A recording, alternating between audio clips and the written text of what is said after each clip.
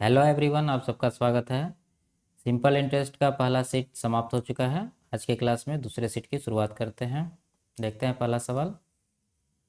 किसी राशि पर 4% की वार्षिक दर से 6 वर्षों का साधारण ब्याज उसी राशि पर 11 वर्षों के साधारण ब्याज से 7500 रुपये कम है, वह राशि ज्ञात कीजिए। देखिए यहाँ पर समय का कंपैरिजन दिया हुआ कि 6 साल में जितना ब्याज मिल रहा है और 11 साल में जितना ब्याज मिल रहा है, इन दोनों का अंतर कितना है? 7500 रुपये है। ठीक है, तो यहाँ पर टाइम में कितना का अंतर है?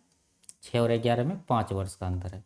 देखिए ब्याज का जो रेट है 4% पर ईयर है। ठीक है, तो 5 साल में कितना मिलेगा? 20%। लेकिन रुपया में कितना ब्याज मिल रहा है? 7500। तो ये 20% 7500 के बराबर हो जाएगा। तो यहाँ से पूछ रहा है हमसे मूलधन। ठीक है, तो 100% का वैल्यू कितना हो जाएगा? तो यहाँ 20 का 5 गुना हो रहा है 100, तो यहाँ भी 5 गुना कर देंगे, तो ये हो जाएगा 37,500। हमारा सही आंसर होगा ऑप्शन नंबर डी। अगला सवाल देखते हैं। एक व्यक्ति ने 3 साल के लिए 500 रुपये, 5 साल के लिए 650 रुपये और 7 साल के लिए 1250 रुपये जमा किए। उसे कुल 1620 रुपये का साधारण ब्याज प्राप्त हुआ। ब्याज का वार्षिक दर पूछ रहा है।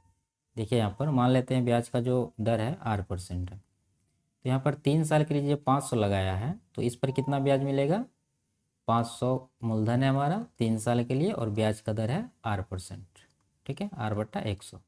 तो यहाँ से हमको मिलेगा, 0 से 0 कटा देते हैं, 5 या 15। ठीक है, और दूसरा जो है 650 रुपया मूलधन है, समय है 5 साल। 650 मूलधन है, समय है 5 साल, ब्याज का दर सबके लिए यही है 8%। तो यहाँ पर 8/100। तो ये पहले गुना कर लेते हैं, ये हो जाएगा 0 और 5 बचा 2, 6 पंजे 30, 2 32। 3250 को 100 से डिवाइड करेंगे तो ये आ जाएगा 32.5 यानी 32.5। और तीसरा जो मूलधन है हमारा 7 साल के लिए दिया गया है, मूलधन है 1250। इसका समय है 7 साल, ब्याज का दर वही है 8%। और यहाँ पर हम लोग 0 0 काट देते हैं, 125 सतह ये हो जाएगा 700 और 25 सतह 175 यानी 875 R/10। 10 से इसको डिवाइड करेंगे तो ये कितना आएगा? 87.5 R। देखिए तीनों मूलधन से हमारा ब्याज यहाँ पर निकल चुका है। टोटल कितना ब्याज हो रहा है? जोड़ेंगे तीनों को, 15, 32.5 और 87.5। तो ये हो जाएगा 32 और 32.5 और आधा इसमें दे देते हैं, 33 हो जाएगा। 33, 7, 40 और 80 120 और 15 135 R।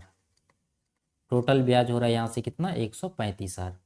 लेकिन यहाँ रुपया में कितना का ब्याज मिला है? 1620 रुपया। इसका वैल्यू 1620 के बराबर करेंगे तो यहाँ से आर का वैल्यू हमारा निकल जाएगा कितना? 1620/135।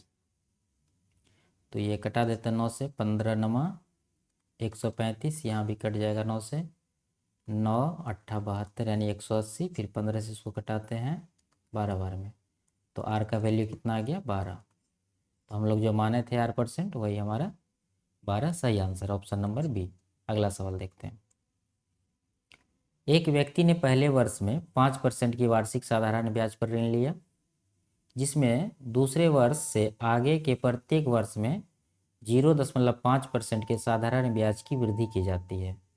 4 वर्ष के बाद उसके ऋण को पूरी तरह से चुकाने के लिए ब्याज के रूप में कुल 4600 रुपये का भुगतान किया। कुल ऋण कितना था?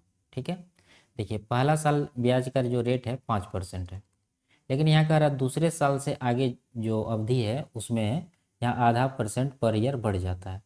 तो पहले साल 5% लगा, दूसरा साल कितना? आधा परसेंट बढ़ जाएगा यानी 5.5% मिले ब्याज का रेट लगेगा। इसके बाद तीसरा साल फिर आधा परसेंट बढ़ेगा तो ये हो जाएगा 6%। फिर आधा परसेंट चौथा साल बढ़ाएंगे तो ये हो जाएगा 6.5%।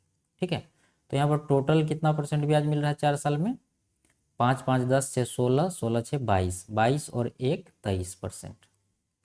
टोटल 23% इसको ब्याज मिल रहा है, लेकिन रुपया में कितना मिल रहा है? 4600।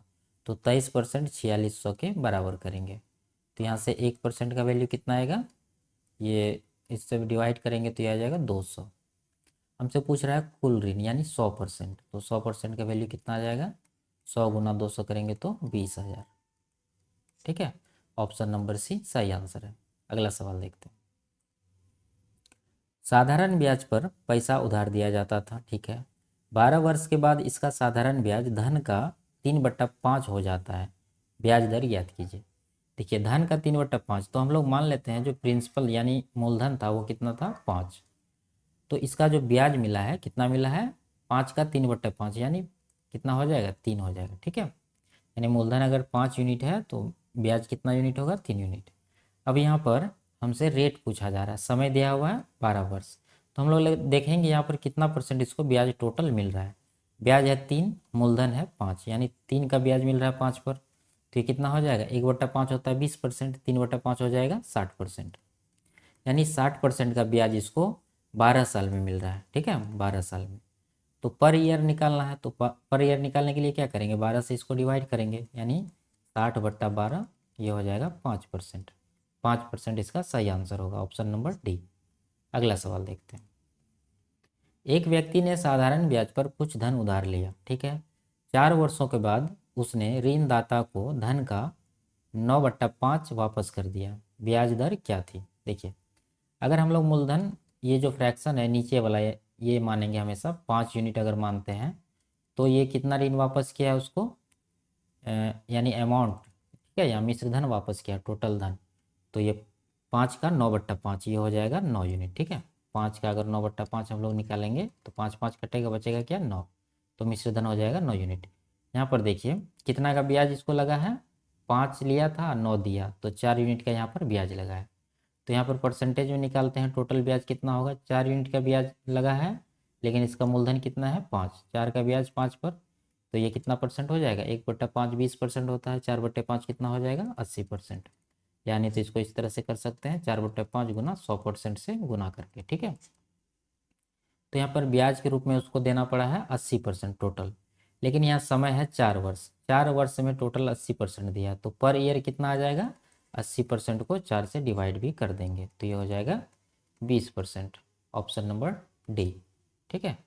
तो ये लास्ट सवाल था, मिलते हैं अगली क्लास में, तब तक के लिए बाय बाय, टेक केयर।